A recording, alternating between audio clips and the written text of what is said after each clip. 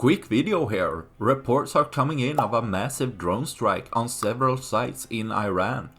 It's stated Israel has carried out the strikes.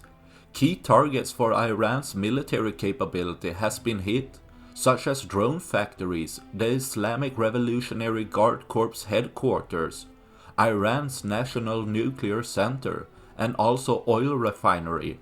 The attacks are stated to be carried out from an Israeli base in Azerbaijan, and could have used bunk-busting bombs to penetrate deep enough for some strike which are underground.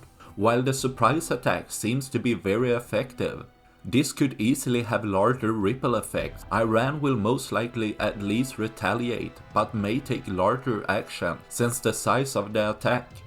Iran has been building up its capability both with drones and ballistic missiles. The attack could be slightly positive for Ukraine, as Iran has been supplying Russia with military support, mostly in the form of drones. It is however unclear how the political situation in Iran will be affected, as the population usually rally up against an attack but have had deep problems for months of protests. However the outcome, the attack deepens the already unstable political situation of escalation by bringing in other countries to the war directly or indirectly.